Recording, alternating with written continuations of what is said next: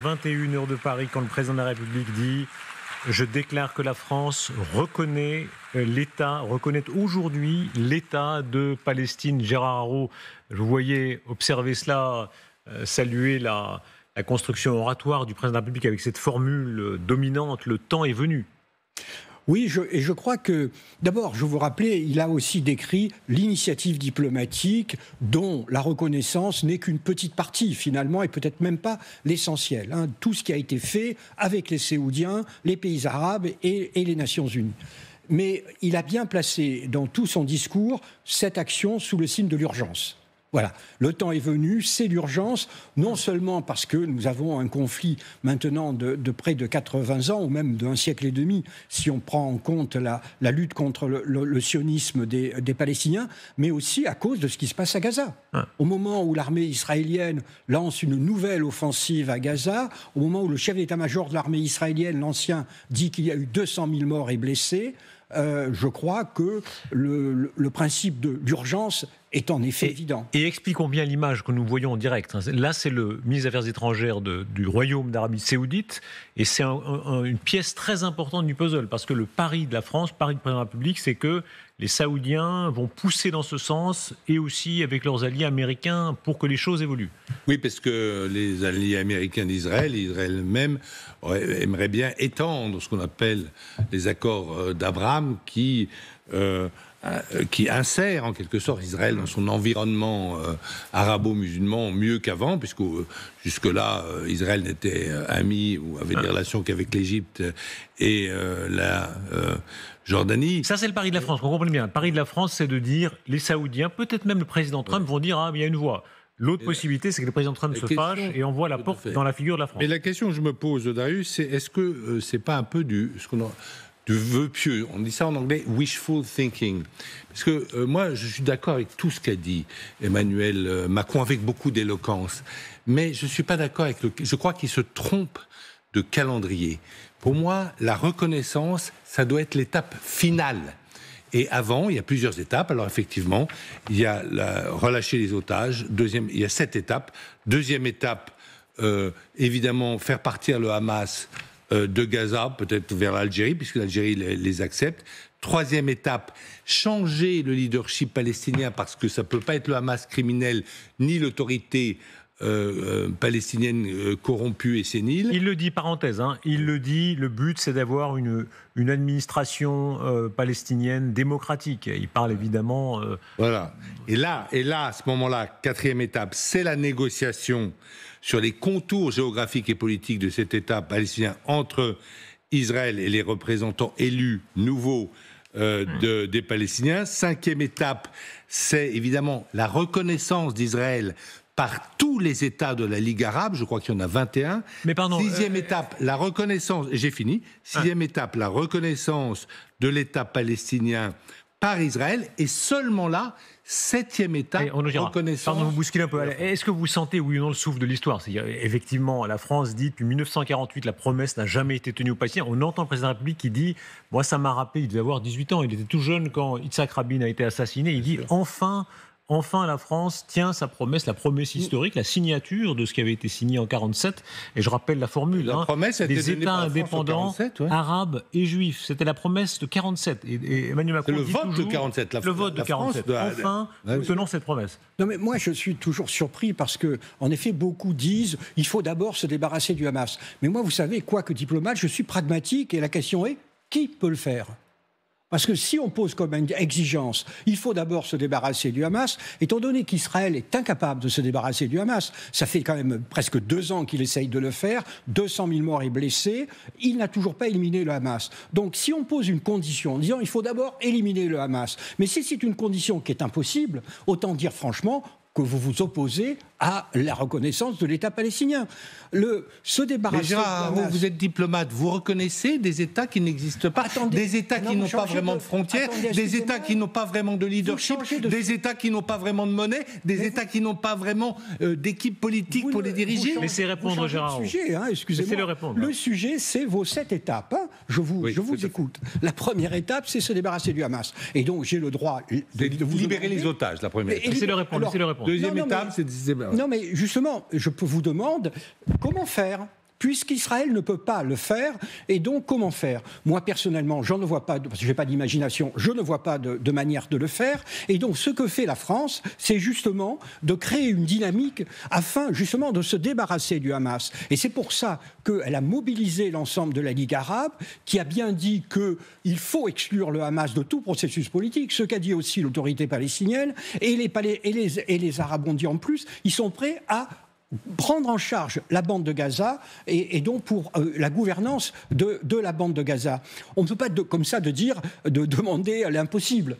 Et donc lorsqu'on pose, vous savez, lorsqu'on pose des conditions... Est-ce que la parole est performative ? Est-ce que le fait de faire un beau discours, ça va faire avancer les choses ? Mais là, on change de sujet. Là, vous changez par rapport à vos 7 conditions dont je vous disais qu'elles étaient en réalité impossibles à remplir et que c'était une manière un peu dissimulée de dire il ne faut pas... Est-ce que je peux vous ramener une chose, pardon. Historiquement, je Renaud Girard. Qu'on avait obtenu quand même historiquement que l'OLP quitta le Liban pour la Tunisie. Renaud Girard, est-ce que je peux vous ramener une chose toute simple ? Vous êtes français. Est-ce qu'il y a une fierté aujourd'hui pour vous en tant que Français de dire voilà, la France a reconnu l'État de Palestine, ou bien est-ce que vous dites ça, ou c'est le mauvais moment ? Non, mais la France a mobilisé la communauté internationale, elle a mobilisé les pays arabes, l'Assemblée générale des Nations Unies, et quand même, elle est suivie par la Grande-Bretagne, le Canada, l'Australie, qui sont quand même les pays qu'on ne peut pas dire particulièrement anti-israéliens et qui sont très proches des États-Unis. Donc c'est un cas elle a créé une dynamique. Moi, je suis fier de ce que fait la diplomatie française. Moi, je suis très fier des propos pleins de culture, de bon sens et d'humanité, il faut le dire, du président de la République.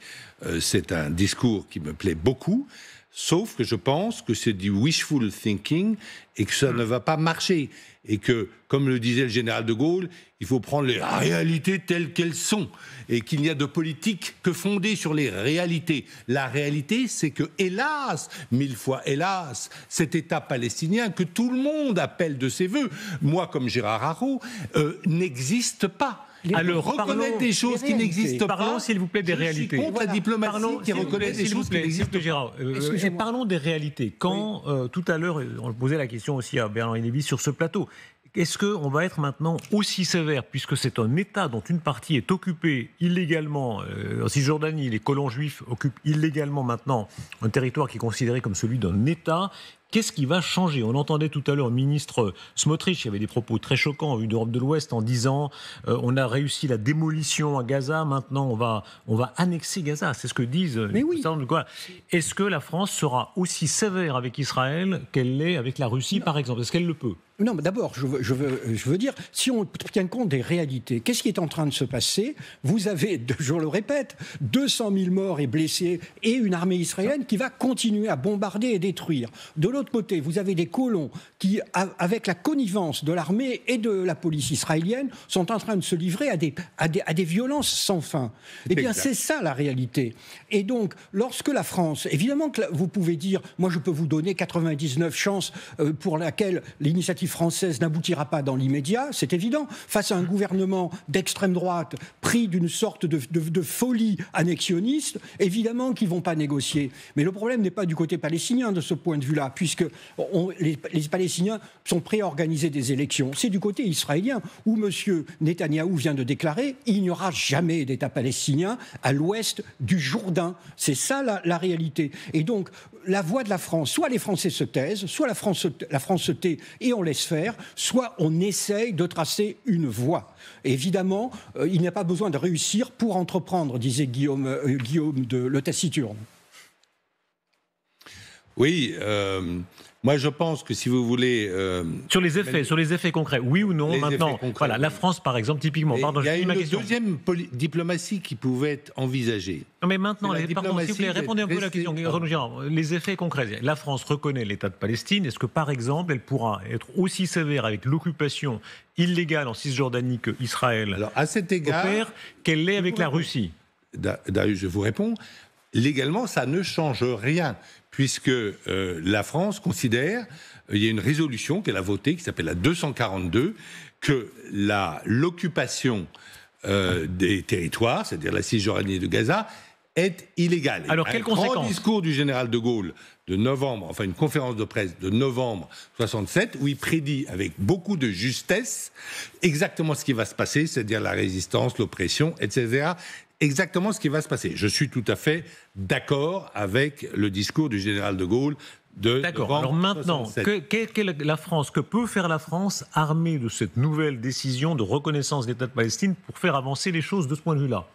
Qu'est-ce qu'elle pourrait faire? Alors, d'abord, présenter la conséquence de tout cela, de cette initiative, c'est que nous pouvons présenter à Israël une autorité palestinienne qui puisse négocier de manière crédible. En effet, jusque-là, les Israéliens disaient, d'un côté, il y a le Hamas, qui est terroriste et donc inacceptable, et de l'autre, il y a une autorité palestinienne, comme le disait Renaud, qui est déconsidérée. Donc, nous sommes là avec l'ensemble du monde arabe qui s'engage, qui s'engage derrière l'autorité palestinienne, qui est prêt à participer à un règlement de paix, l'Assemblée générale des Nations unies, donc de dire aux Israéliens, vous voyez bien, vous avez une autorité palestinienne qui a renié le Hamas, qui a renié le terrorisme, qui a condamné le 7 octobre. Si vous voulez négocier, vous avez un interlocuteur. Alors, avec Netanyahou, il n'y a aucune chance qu'il réponde « je veux négocier ». Alors, on peut dire c'est aussi prendre date et Netanyahou n'est pas éternel. Mais cela étant, sur ce qui se passe en Cisjordanie et ce qui se passe également à Gaza, je pense en effet que, et Renaud a raison, ce n'est pas lié à la reconnaissance de l'État palestinien, je pense en effet que la France et l'Europe derrière devraient être plus énergiques, mais le problème est que les Européens sont divisés. Alors regardez la carte de la Cisjordanie. Tout le monde a dans l'œil les images de Gaza en très grande partie détruites, mais la Cisjordanie, là on est, d'ailleurs c'est là où l'autorité palestinienne se trouve, là à Ramallah. Quand on voit les taches rouges, ce sont les colonies israéliennes qui, comme vous le rappeliez, selon les résolutions des Nations Unies, sont une occupation illégale. Tout à fait. Demain... Et selon les comment ça s'appelle, les conventions de Genève qu'Israël a signées et ratifiées. Demain, que peut faire la France maintenant qu'elle reconnaît l'État de Palestine? C'est-à-dire c'est un État occupé du point de vue de la France, pour que ce soit pas simplement des paroles verbales, mais qui aient un effet réel. Le président Macron a dit que ça serait d'ailleurs des mesures qui seraient décidées par l'Europe entière, ça ne sera pas pays par pays, ça a été précisé dans son discours. Et la première mesure qui pourrait être envisagée contre Israël et qui pourrait être assez sévère, ça serait la mesure du boycott des produits de ces colonies israéliennes. Mais toute la question est de savoir, parce qu'il faut être pratique dans la vie, il ne faut pas faire le malheur de la population palestinienne simplement parce qu'on défend des grands principes. Il faut voir si ce boycott ne serait pas contre-productif et n'atteindrait pas le niveau de vie des Palestiniens dans la Cisjordanie occupée. Non, moi je suis tout à fait d'accord avec ce que propose Renaud. Cela étant, de dire ça peut porter atteinte aux Palestiniens, mais étant donné la situation des malheureux Palestiniens en ce moment en Cisjordanie, qui sont vraiment l'objet d'attaques permanentes, je pense qu'il faudrait aussi prendre en compte cet aspect. Je rajoute que la zone Schengen vient d'interdire à Smotrich et Ben Gvir, les ministres fascistes d'ultra-droite du gouvernement israélien, de venir sur le territoire européen. Et enfin, il y a la grande question de l'accord commercial qui donne des conditions d'accès tout à fait privilégiées à Israël, accès au marché européen, pour savoir si on ne pourrait pas mettre un terme à cet accord. En effet, dans l'article 1 de cet accord, il est bien dit que son application est soumise au respect des droits de l'homme. Aujourd'hui, on ne peut pas dire qu'Israël respecte les droits de l'homme en Cisjordanie ou à Gaza. La reconnaissance, j'ai un point là-dessus. La reconnaissance de l'État palestinien ne change, qui est pour une reconnaissance fictive, de quelque chose de fictif, pour le moment, hélas, ne change absolument rien aux pression possible que l'Union européenne aurait pu prendre même depuis 30 ans ou 40 ans contre Israël à cet égard. Ça ne change strictement rien. Il y a un droit international, le droit international, une résolution signée y compris par les États-Unis d'Amérique, la 242, Israël doit se retirer des territoires occupés. C'est aussi simple que ça. Et donc, en fait, contrairement à ce qu'on pourrait penser, cher Darius, la reconnaissance par la France d'un État qui n'existe pas ne fait en fait pas beaucoup avancer le schmilblick, pardon. Parce que la reconnaissance n'est qu'une partie d'une initiative globale lancée par la France et l'Arabie saoudite. Voilà, ça devrait commencer par la négociation et la reconnaissance d'Israël par tous les États. On ne peut pas négocier avec Israël qui ne négocie pas. Vous pouvez pas voilà. Alors là, peut-être faire des pressions économiques pour obliger à négocier. Non, mais ce gouvernement, excusez-moi, ce gouvernement israélien est au-delà de tout type de négociation. Il a 2 ministres, donc, effectivement. Pas seulement 2 ministres. Là, je peux vous dire, aujourd'hui, le ministre de la Culture a déclaré qu'il va falloir vider complètement Gaza. Qu'on mette vraiment un mot sur les choses. Quand les ministres israéliens disent qu'il faudrait vider Gaza, ou il faudrait annexer Gaza, ou il faudrait déplacer la population de Gaza, comment c'est qualifié juridiquement ? Moi, je dirais que c'est un crime contre l'humanité. Vous partagez ça ? Oui, bien sûr. C'est la définition. L'épuration ethnique est un crime contre l'humanité. C'est une définition juridique. Là. Oui. Ça veut dire que si on est cohérent avec vous, l'Union européenne ou la France devrait réagir aussi durement qu'elle le fait, par exemple, contre la Russie. Mais évidemment. Vous savez, c'est une question aussi de crédibilité de l'Occident vis-à-vis du reste du monde. Chaque fois qu'une fusée tombe sur Kharkiv, nous hurlons et nous avons raison. Les Israéliens ont déversé des dizaines de milliers de tonnes sur Gaza et continuent de le faire. Et honnêtement, nous ne sommes pas très virulents.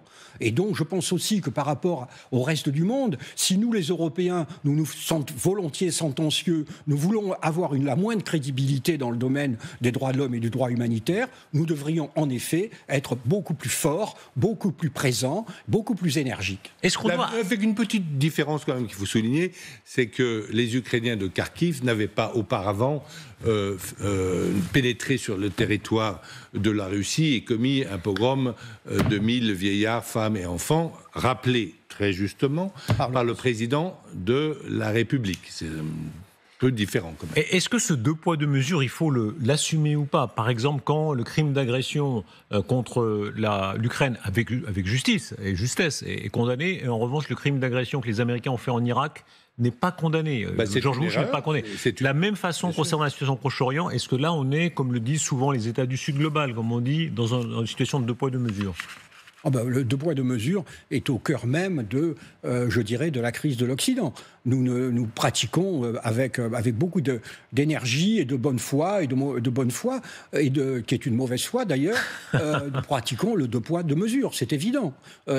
Chaque fois. Vous savez, un jour, je vais vous raconter une histoire personnelle, un jour j'ai fait un discours à l'Assemblée générale des Nations Unies sur les droits de l'homme à Cuba, et lorsque je sortais, l'ambassadeur de Cuba, qui était un francophone parfait, qui connaissait des centaines de vers de Victor Hugo, est venu me voir en me disant « Gérard, ton discours est formidable, tu m'invites quand tu fais le même discours sur l'Arabie Saoudite ».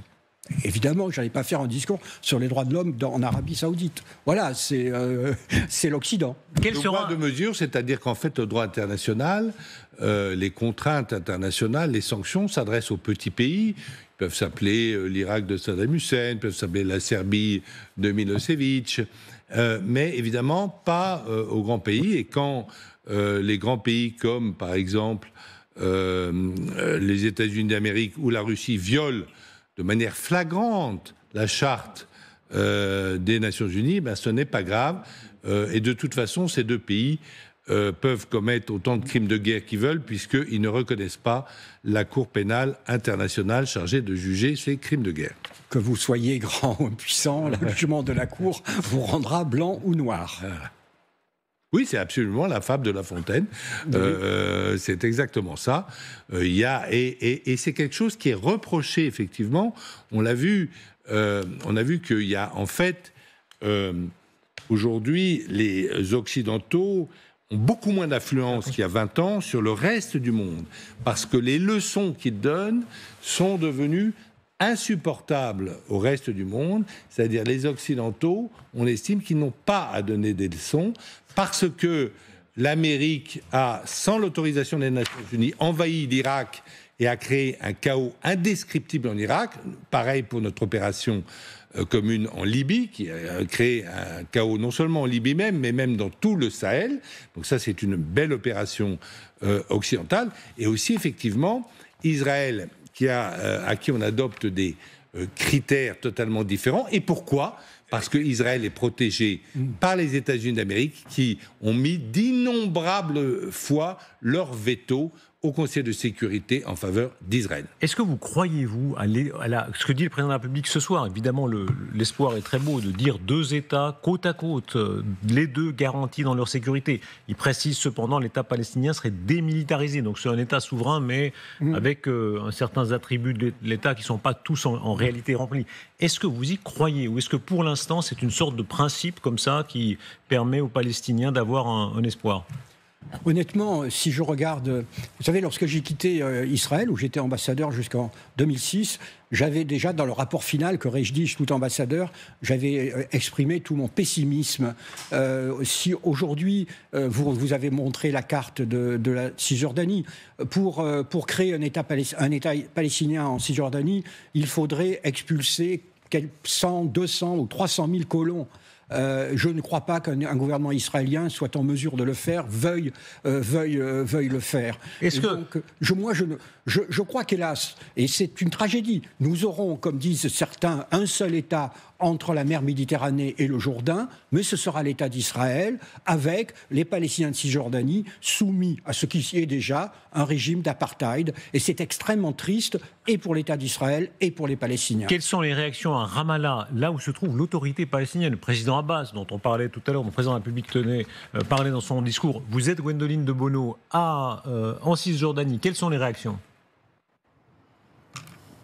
Alors écoutez, il y a une phrase, en tout cas, du président Emmanuel Macron qui résonne ici, c'est cette phrase les Palestiniens ne sont pas un peuple en trop, parce que c'est en substance le ressenti des Palestiniens qui nous l'ont tous dit ces derniers jours, de Jénine à Ramallah. Alors bien sûr, ici on vous dit que cette reconnaissance, elle ne change pas la réalité sur le terrain, mais toutefois c'est important de le préciser, il ne faut pas sous-estimer l'importance que ça a ici. Nombre de Palestiniens nous ont aussi dit que même si c'était une étape, elle était capitale, qu'elle donnait un espoir, qu'elle donner une perspective politique, ce qu'il n'y a pas pour le moment ici. On voit que le monde nous regarde. Ça, c'est ce que nous a dit un jeune Palestinien hier. Et je peux vous dire tout de même que malgré la guerre à Gaza qui se poursuit, malgré les massacres, malgré la colonisation en Cisjordanie que vous voyez à l'œil nu avec ces avant-postes qui se multiplient, eh bien, vous avez encore des Palestiniens, beaucoup de Palestiniens qui sont attachés à l'idée d'avoir un État indépendant. Alors, bien sûr, ils demandent à voir. Il y a beaucoup de pessimistes, beaucoup de doutes aussi, mais c'est vrai qu'on l'entend beaucoup ici. On a entendu beaucoup de Palestiniens dire merci à la France et ils attendent de voir s'il y aura, comme l'a dit le président de la République, des étapes concrètes qui suivront cette reconnaissance de la Palestine. Merci beaucoup, Gwendoline de Bono. Vous nous avez rejoints. Merci beaucoup, Natacha Polony, Greg Phillips, Adrien Clouet, puisque tout au long de cette émission, on entendra aussi les réactions politiques dans quelques instants aussi. Bruno Millienne pour les centristes, mais aussi Julien Audoul pour le Rassemblement national. Sylvie Berman, merci beaucoup de nous avoir rejoints, vous aussi, et toujours Renaud Girard. J'aimerais votre première réaction, au-delà, avant d'entrer dans le détail sur ce que cette déclaration changera ou non sur le souffle historique. Adrien Clouet, vous êtes un défenseur très engagé de la cause des Palestiniens. Est-ce que vous reconnaissez ça au président de la République, que là, il a, en prononçant ces quelques paroles, quand même fait changer, disons, la position de la France de manière diamétrale? Je déclare que la France reconnaît aujourd'hui l'État de Palestine. Il a sorti la France de l'isolement, puisque 151 pays dans le monde reconnaissent d'ores et déjà l'État de Palestine. La France est partie de ce petit groupe d'États occidentaux qui jusqu'à présent s'y refusaient. Donc c'est un pas qui est franchi, qui est largement dû à la mobilisation des personnes en France, à la lutte des Palestiniennes et des Palestiniens eux-mêmes. Est-ce que vous lui dites bravo? Ça peut arriver, on peut être opposant et dire bravo au président. Est-ce que vous lui dites bravo? C'est vrai que ça peut arriver, mais je ne vais pas lui dire bravo, je vais lui dire que c'est très tard. Parce vous avez le droit, c'est pas interdit. Ah non, mais je sais que c'est pas interdit. En revanche, ce qui est interdit, c'est de pratiquer un génocide et de reconnaître un État où il ne reste plus qu'un charnier dans beaucoup d'endroits du pays. Ça, c'est interdit. Et pour qu'il y ait une conséquence concrète à cette reconnaissance ce soir, oui, il faut un embargo sur les armes, il faut des sanctions contre les dirigeants israéliens, parce qu'on a très bien compris qu'ils menacent de réduire à néant le territoire palestinien et sa population. Sur les mots génocide et charnier, vous savez combien ils sont contestés, notamment par les Français de confession juive. J'aimerais que là-dessus, vous réagissiez. Alors moi, je pense que le mot est trop fort. Est-ce que Israël a une logique, une stratégie génocidaire? Je ne pense pas, et je vais d'ailleurs vous le démontrer. Lorsque Israël a pris Gaza, c'était sur l'Égypte, c'était en 1967, à la faveur de la guerre qui s'appelait la guerre des 6 jours, que Israël a gagné contre l'Égypte. Il y avait 300 000 Palestiniens qui étaient réfugiés depuis 1948, qui vivaient à Gaza. Aujourd'hui, il y en a plus de 2 millions. Alors pour un État génocidaire, il est quand même pas très bon, quoi. Voilà. Alors laissons de côté, maintenant, est-ce qu'il y a des crimes de guerre? Renaud Girard, il faut partager la parole. Soyez pas trop long, si je peux me permettre. Bon, tout le monde partage. C'est une discussion. Hein. C'est pas une suite de conférences. Oui ou non? Est-ce que aujourd'hui Israël, laissons de côté les mots génocide charnier, mais soyons très précis. Quand le ministre israélien, c'est Smotrich, dit on a fini la démolition de Gaza et parle d'annexer Gaza, c'est-à-dire ça comme une réaction à ce qui se passe aujourd'hui. Qu'est-ce que c'est? Est-ce que c'est un crime? Certains disent crime contre l'humanité, crime de guerre, l'annexion de force, le déplacement de population. Vous le disiez à l'instant, la question, ce ne sont pas les mots. Évidemment qu'il y a eu des crimes de guerre, qu'il y en a, qu'Israël est en train de bombarder le Liban, de déstabiliser toute la région. Donc là, je pense qu'il n'y a strictement aucun débat là-dessus. Après, le message qui est envoyé par les extrémistes du gouvernement israélien, c'est tout simplement un jusqu'au-boutisme qui va vers la perte d'Israël. C'est-à-dire que pour le bien d'Israël, il faut bouger. Et bouger, la seule façon de le faire, c'était en l'occurrence de reconnaître l'État de Palestine pour modifier la situation et permettre peut-être d'établir un nouveau rapport de force. Est-ce qu'ici la France est à son meilleur? On voit avec les réserves possibles, Adrien Clouet, vous dites évidemment, vous faites beaucoup de réserves, mais en l'occurrence, est-ce que la France est à son meilleur d'avancer sur ce chemin-là? Écoutez, c'est un discours qui est éloquent, il n'y a rien à reprocher au discours, c'est une belle construction aussi. Maintenant, il faut voir concrètement sur quoi ça va déboucher. Parce que vous avez d'un côté Netanyahou avec ses 2 ministres extrémistes qui disent jamais d'État palestinien, puis vous avez quand même le Hamas qui est pour la destruction d'Israël. Et le problème, c'est que comment on va changer aujourd'hui l'autorité palestinienne? Ils acceptent des élections, il n'y en a pas eu depuis 20 ans, mais tous les sondages disent que c'est le Hamas qui gagnerait les élections en Cisjordanie. Donc je ne vois pas concrètement ce que ça va changer. Je veux dire, c'est bien de prendre cette position, de le faire aux Nations Unies, de le faire avec l'Arabie Saoudite, c'est très intelligent effectivement, et d'essayer de pousser les pays arabes à reconnaître également Israël. Donc tout ça est très bien. Il n'y a rien à dire à ce discours, mais en même temps, pour le moment, il n'y a pas de réalité concrète. Et d'autre part, il y a un mot qui n'a absolument pas été prononcé, c'est le mot États-Unis. Parce qu'en fait, beaucoup de choses dépendront de la position de Washington. On verra c'est évidemment des suspens de la soirée. Comment Trump va-t-il réagir? Comment Netanyahou va réagir? Comment Trump va réagir? Un mot sur la tradition française. Est-ce qu'elle est là, la France? D'ailleurs, Emmanuel Macron a parlé de ça. Il a dit « Je suis dans la suite de la tradition française ». On a sur ce plateau un vieux gaulliste en la personne de Renaud Girard, un jeune gaulliste, et un jeune député LFI en votre personne, Adrien Clouet, et toutes les opinions qui sont représentées. On a tout le panel ce soir. Est-ce que c'est la tradition gaulliste qui est retrouvée, gaulienne? Il a été même accusé parfois d'être un peu anti-israélien. Oui, il renoue avec cette tradition qui avait été un peu, à cause des massacres du 7 octobre, bousculée. Enfin, vous vous souvenez de Macron dans les premiers jours, cette coalition contre le Hamas, etc. Il nous avait pris un peu à rebrousse-poil de ce qu'était la position française. Moi, je retiens juste 2 choses de ce discours pour commencer. D'abord, ce mantra, le temps est venu, et honnêtement, on peut se demander si c'est pas un peu trop tard, mais on pourra en parler. Et puis, une image importante, évidemment, c'est pour avoir une solution à 2 États, il faut l'État en face, Israël. Et vous avez remarqué les chaises vides d'Israël et chaises vides des États-Unis. Ça dit quand même beaucoup de choses, des difficultés d'application de ce discours effectivement très éloquent. Je pense que ce discours marquera les esprits avec ces formules répétées, le temps est venu. Mais quand les Israéliens n'assistent pas au discours et les Américains non plus, vous dites que c'est pas gagné quand même. Non, mais vous avez en ma personne une autre gaulliste, et en effet, relisez le texte complet de la conférence de presse du général de Gaulle de 1967. C'est absolument passionnant pour comprendre son analyse justement de toute la difficulté de gérer les rapports. Simplement, là, la question n'est pas seulement de savoir si on va pouvoir concrètement, immédiatement créer un État palestinien, mais d'aller vers un État palestinien. J'ajouterai une chose d'ailleurs, c'est qu'il n'y a pas pour l'instant de véritable constitution d'une Palestine. C'est-à-dire qu'il y a la charte de l'OLP. L'enjeu, ça va être, et c'est ce à quoi pourrait travailler la France dans la suite, ça va être d'aller vers une constitution qui justement garantisse la Palestine contre l'islamisme que le Hamas essaie de mettre. Quel est le geste que les Palestiniens peuvent faire? Rappelez-vous à Paris quand Arafat avait dit, it's caduc. C'est caduc. C'est caduc. You can read it in Larousse. Mais avait dit ça. Simplement, Arafat dirigeait l'OLP. Aujourd'hui, c'est le Hamas qui est à Gaza. Et puis, comme ça a été dit à plusieurs reprises, on a quelqu'un qui est nonagénaire à la tête de l'autorité palestinienne et qui est complètement discrédité parce qu'il n'exerce pas réellement le pouvoir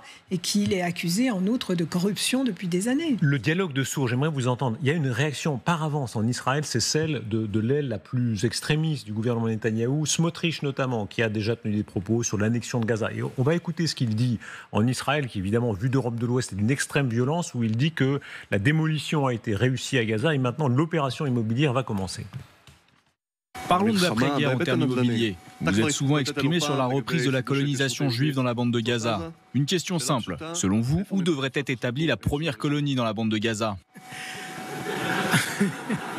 J'avoue que je ne m'attendais pas à cette question. Sachez que ce n'est pas drôle. Il existe un plan d'affaires, écoutez-moi bien. Il y a un plan d'affaires élaboré par les personnes les plus compétentes qui soient et qui se trouvent sur le bureau du président Trump. Ça peut devenir une véritable mine d'or immobilière. Je ne plaisante pas, cela en vaut la peine. J'ai entamé des négociations avec les Américains. Je ne plaisante pas car j'exige que nous partagions les bénéfices tirés de la vente des terrains à Gaza, car nous avons dépensé beaucoup d'argent pour cette guerre. Et maintenant, sans plaisanter, nous avons terminé la phase de démolition qui est toujours la première étape de la rénovation urbaine. Maintenant, nous devons reconstruire et c'est beaucoup moins coûteux. Natacha Polony. Oui, je faisais la remarque que sur cette antenne, vous montrez très souvent les délires à la télévision russe. On est à peu près dans le même ordre de choses, sauf que là, c'est un ministre du gouvernement israélien. Uniquement pour une raison, c'est la proportionnelle intégrale qui donne du pouvoir à ce genre de personnage. Donc c'est un problème politique majeur, mais il y a en Israël des voix qui se font entendre pour dire à quel point on a là une extrême droite caractérisée. Quand vous avez l'extrême droite au pouvoir en Autriche, l'ensemble de la communauté internationale et de la communauté européenne boycott, et bien là, c'est la même chose. C'est ce genre de personnage qui risque de mettre en danger l'avenir d'Israël. Donc, il faut absolument éviter de leur donner du pouvoir. Question à tous sur ce plateau. Et au-delà de ce personnage, est-ce que ça en dit long sur les illusions que nous cultivons ici ? C'est-à-dire, vu d'Europe, on dit que tout le monde s'embrasse, que tout le monde fasse la paix, 2 États côte à côte. Et la réalité en Israël, c'est que beaucoup d'Israéliens sont vengeurs, et on peut les comprendre après le 7 octobre, et beaucoup de Palestiniens votent pour le Hamas. En réalité, la haine existe dans les deux camps, et parfois on se masque. La réalité, Darius, c'est que au Moyen-Orient, on fait de la politique différente qu'ici. Ici, on fait de la politique, c'est-à-dire la politique, c'est l'art du compromis. Malheureusement, au Moyen-Orient, depuis une vingtaine, trentaine d'années, le religieux a pris le pas sur le politique. La vengeance. Non, le religieux, c'est-à-dire que quand vous êtes un extrémiste religieux sioniste, eh bien vous dites, c'est très simple, Dieu a donné l'ensemble d'Israël, enfin l'ensemble de la Palestine, au peuple juif, donc on ne peut pas défaire ce que Dieu a fait. Et quand vous êtes un musulman islamiste, frère musulman comme le Hamas, vous dites, ah non, la Palestine, c'était un moment une terre de l'Empire ottoman, et donc c'était une Dar el-Islam, et donc on ne peut pas accepter des juifs sur cette terre. Et donc, lorsque vous n'avez plus de la politique, mais simplement l'absolutisme religieux, eh bien, c'est très difficile de trouver une solution. Avec de côté une approche messianique. Oui, la place de gens comme M. Smotrich, au terme du droit international, c'est dans une prison, dans une geôle. Ces gens cumulent à la fois un extrémisme religieux incroyable, ce sont des gens qui croient que la Bible est un cadastre, et des convictions fascistes nettes. Ces gens rigolent à la télévision sur un massacre d'hommes, de femmes et d'enfants. On parle quand même, les derniers chiffres de l'armée israélienne évoquent jusqu'à 10% de la population gazaoui qui a été tuée, blessée, qui est sous les décombres, qui est affamée, et ce de manière volontaire. On assiste à un carnage qui est sans précédent au XXIe siècle. Et lorsque vous lisez les témoignages qui nous arrivent jour après jour, c'est absolument épouvantable. On assiste à des crimes contre l'humanité au quotidien. Depuis hier midi, il y a 61 personnes qui ont été tuées. Évidemment, des résidences qui ont été abattues. La Société palestinienne de secours médical qui a été rasée dans la nuit. On a vu des témoignages ce matin, peut-être vous l'avez vu aussi, cette femme qui est une médecin australienne, qui était volontaire et qui donne un exemple que moi j'ai trouvé abominable, atroce, qui nous explique qu'un des derniers cas qu'elle a eu à traiter, c'est une femme enceinte de 9 mois qui arrive décapitée et elle doit s'occuper de faire accoucher le bébé. de sa mère morte sur place. Voilà quel est le quotidien aujourd'hui à Gaza. Ces gens doivent être incarcérés, mis en prison. Comment sortir de cet engrenage? Parce que, évidemment, à tout ce que vous dites, les Israéliens rappellent le massacre du 7 octobre, fait qu'il faut le dire aussi, franchement, il n'y a pas seulement le Hamas, il y a une grande partie des Palestiniens qui s'est réjouie ce jour-là. Et dans les deux camps, parfois dans la population générale, on se réjouit des massacres chez l'autre. C'est la réalité aussi du Proche-Orient. On ne peut pas se masquer cette réalité. Les Israéliens ne peuvent pas prendre ce que dit le cinéaste israélien Amos Gitaï, c'est que ça ne s'arrêtera que quand chacun reconnaîtra la souffrance de l'autre. C'est-à-dire que les Palestiniens reconnaîtront effectivement ce pogrom abominable, la responsabilité, et que les Israéliens reconnaîtront la souffrance du peuple gazaoui. Mais le problème, c'est que ce sont toujours les extrémistes des deux camps qui ont empêché la paix. La preuve avec la mort d'Yitzhak Rabin, qui a quand même été tué par un extrémiste juif, pas par des islamistes. Est-ce que je peux vous provoquer un peu? Pardon, on dit toujours les extrémistes, mais ici, en Europe de l'Ouest, et là, les Palestiniens et les Israéliens nous le rappellent souvent, il n'y a pas besoin de remonter très haut. En 1914-18, les Français et les Allemands portaient les uns sur les autres des regards qui n'étaient pas plus tendres. On se réjouissait en France quand il y avait des morts, y compris civils en Allemagne, et vice-versa. C'est la raison pour laquelle il faut justement forcer les choses. Je veux dire, la réconciliation franco-allemande, elle a été extrêmement difficile. Oui. Et De Gaulle et Adenauer ont poussé à cela après des horreurs. Donc évidemment que ça ne sera pas facile. Mais si on attend justement que tout le monde soit prêt, ça n'arrivera jamais. Et le rôle du discours d'Emmanuel Macron, c'est justement, et il le dit lui-même par ses mots, le temps est venu, de faire en sorte que justement le temps ne soit pas passé, qu'il ne soit pas trop tard. Parce que si il est trop tard, alors là, il n'y a plus aucune solution. La solution à deux États est la plus difficile, mais c'est la seule qui soit à peu près acceptable et qui permette d'aller vers la paix. Sauf que Natacha, sur le terrain, enfin, on l'a montré notamment avec les cartes d'Arius, elle est quasi mornée, cette solution à deux États. Pourquoi? Gaza, c'est un champ de ruines. La Cisjordanie, occupée à plus de 80% quasiment par Israël. Et une question centrale que Emmanuel Macron... qu'on comprenne bien à quel point c'est inextricable. Ce sont les colonies israéliennes en Cisjordanie. Illégales et qui doivent être démantelées. Illégales au regard du droit international, et certaines illégales même au droit du regard israélien. Du droit israélien. Et je rappelle, que M. Lapid, le chef de l'opposition israélienne, dans cette même émission, disait qu'il soutenait Netanyahou dans ce domaine-là. Il était tout à fait contre leur démantèlement. Il disait c'est la Judée, Samarie, biblique. Donc vous avez cette Cisjordanie occupée. Et honnêtement, moi j'étais correspondant dans la région il y a une quinzaine d'années. Il y avait 400 000 colons à Jérusalem et en Cisjordanie. Aujourd'hui, ils sont 900 000. Donc c'est un mouvement de fond.